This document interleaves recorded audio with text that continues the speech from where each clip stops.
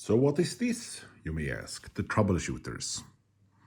An action-adventure role-playing game. It's set like in the comics, Belgian, French comics. Takes place, I think the date I saw was 65. So like the adventurous time. As you can see of the cover here we have our heroes driving. Some more here and someone is shooting at them. Very dangerous situation. So the art is made in that style, like all the way. And it's all in English.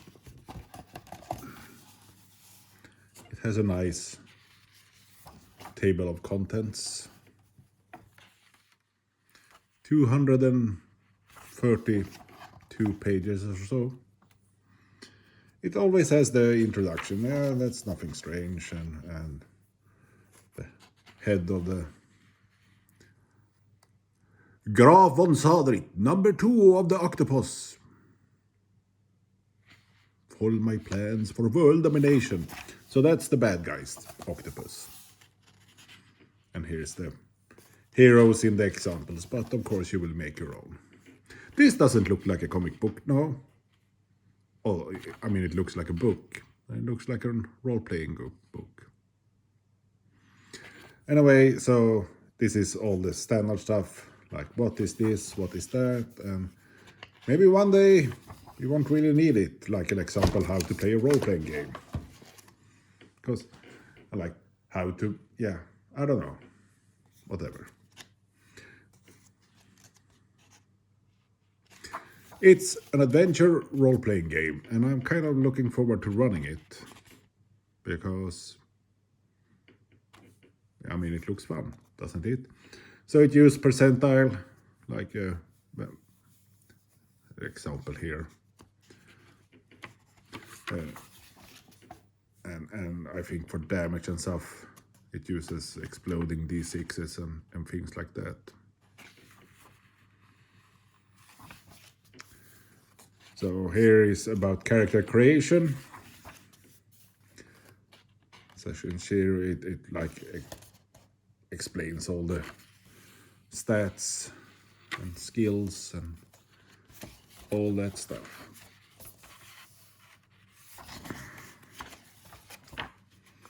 Design ideas. I mean, you can do that, or you can just read like an appropriate comic and take something from there. Anyway, so there it outlines how to make all this stuff. And here is some templates to help you like create something faster. It is very helpful, like if you have no idea what you're coming in, but you don't want to play something pre-genned, and it's not like a class-based game. It helps to have like, oh, maybe these skills go well together and these. Like I want to play the curious engineer or vigilant lawyer, suffering artist. As I think plot hooks. This is all like stuff, you know. So here we come to some actual meat. Yeah, it also have one of these flip-flops. I will unflip it for now. How good is good? If you have a skill value around 65, you are competent enough to work as a professional in that field, and things like that. So you have here, you can't see it of course, but you have a skill list. Nothing, I mean, maybe a few new names, but I mean, it's always variants of the same. Humanities, investigation, languages, red tape, investigation skill. Vehicles, willpower. Then you have abilities. Abilities are special rules that allow you to do things most people can't. So like ability descriptions. You can make your own, but they have some like athlete or born behind the wheel. You know, the things that make you stick out and just be better at something than most everyone else. You're intimidating or good reputation. Who wants a good reputation? So there's a bunch of things here. And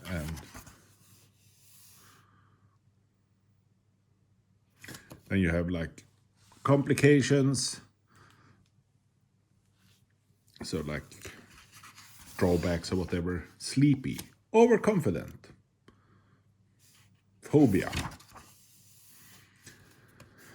Yeah. Action scenes. I mean, the chapter is called Action. Resolving actions.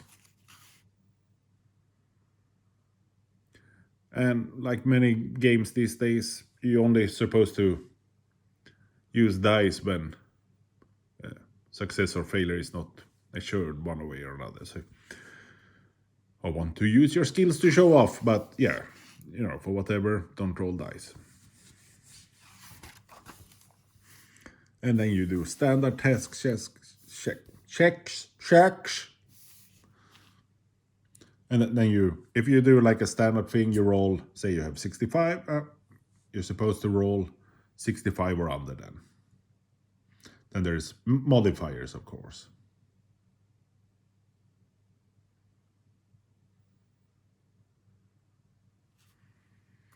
And it's a bit special, the modifier, and I'm not gonna try to explain it. Or maybe it's been somewhere else before, and I've forgotten it, but it's new name. But you have like modifier both like to make it easier and to make it harder. Basically, you compare like the one of the D percentage to see if it's between that and the pip, as they call it.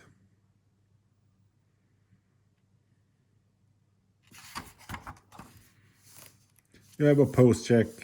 You can flip checks, which I've seen in some systems, like you can, like, I want to use a story point.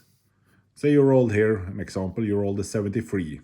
Then you can say, I want to flip that, and then you flip it, and now it's a 37.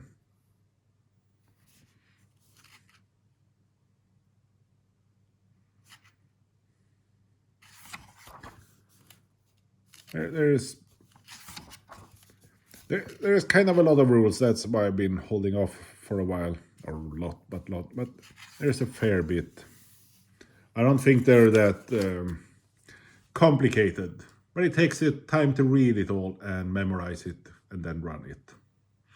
And here we have fights and combat.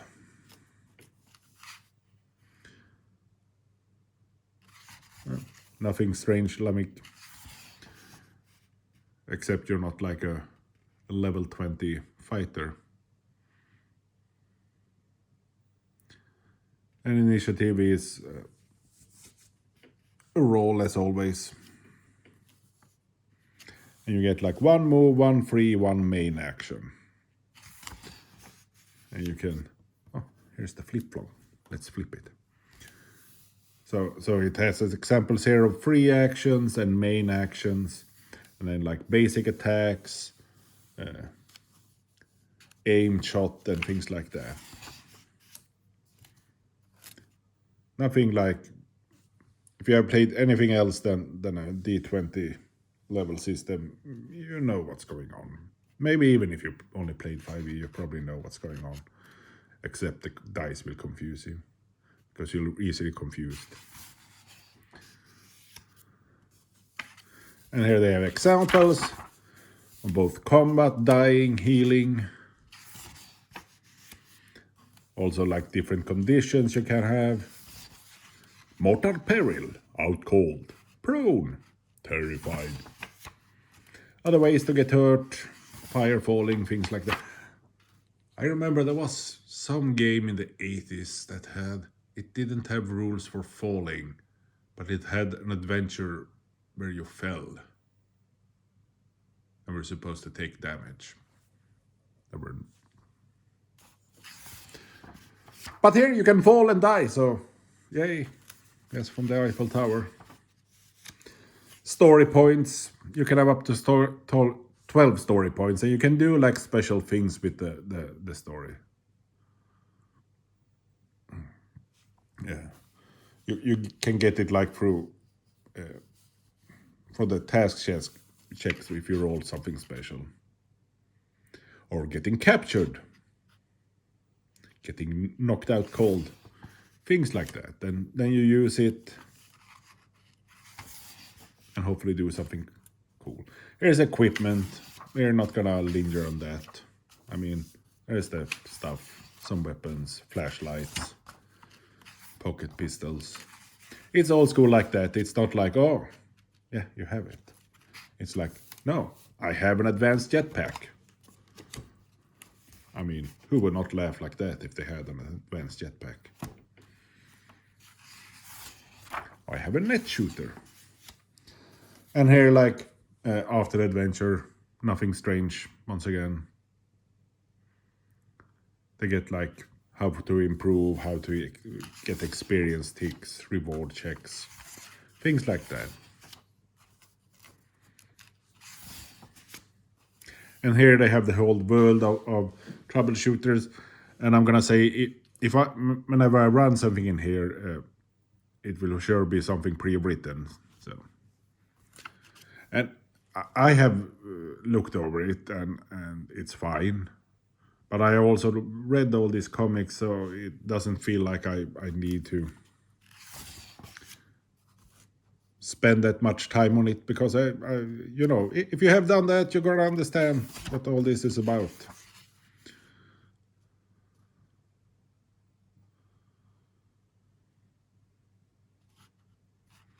Things that do exist: long distance telephone call, telegrams. There's no cell phones. There's a Cold War, of course. Trains, planes, and automobiles. Yeah, nothing strange. Like here they have things, weird locations around the world, and France, of course. I mean, you'll probably spend a good time in France. Here is for the director, which is, you know, the game master. I'm not gonna say the other, because that's trademark, and I'll take this video down. Here they explain the octopus, the bad guys. Nothing strange. Like they have some example of mooks and like different boss characters, lieutenant characters, underling mooks, and they give them different stats depending on like high up on the totem pole. They have the army, secret agents, the leaders, things like that. Animals, who can fight the tiger. A calendar for 1965 was here in the back. So, you know, and you have different names from different countries in Europe. And that's about it for this one.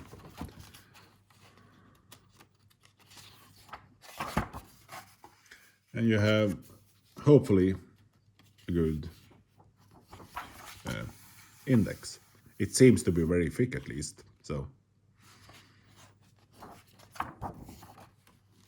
it's a very nice book, hardcover with this, you know, sleeve thing here and all that stuff. It's almost too nice. Well, I guess better too nice than absolute garbage. I will show you some other things which I like about this game. First, we have the character sheets. It's a passport. So, looks like a, you know, classic passport. You have the name, natural, you know, you fill in all of that, like description, maybe a small sketch of your hero. Here you have contacts. Here you have your skills that you fill in. Abilities. Licenses for dangerous items. Here you have the visa stamps. And I think this came like temporary tourist visa. So if you play like an adventure like this, I can put the the stamp in here to, like, over time fill out this whole passport. So it has a decent amount of place for stamps. So I have some of those. quite sure this came from the game too. I hope I'm not a member of Air Majestic. And here I'm not gonna open this. I don't want to spoil anything. The Uboat mystery. But it came like with stamps and things. Oh, now I'm opening it anyway. I'm not gonna open it to anything spoiler. Oh, now no. Like about the U-boat mystery and things like that.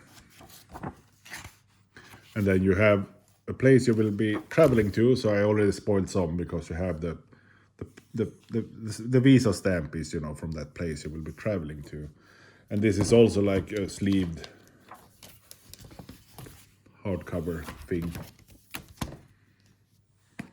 Yeah, it's very nice. Anyway, it's more or less, it's a traditional percentage system with a small twist to make it special. But I really like the art. I really like that it's not, grim or anything like that. You're playing in this adventurous world of comics of the 60s, and that sounds pretty good every now and then. I like everything doesn't have to be misery. But that's me. So that's my small thoughts on this and overview. Have fun.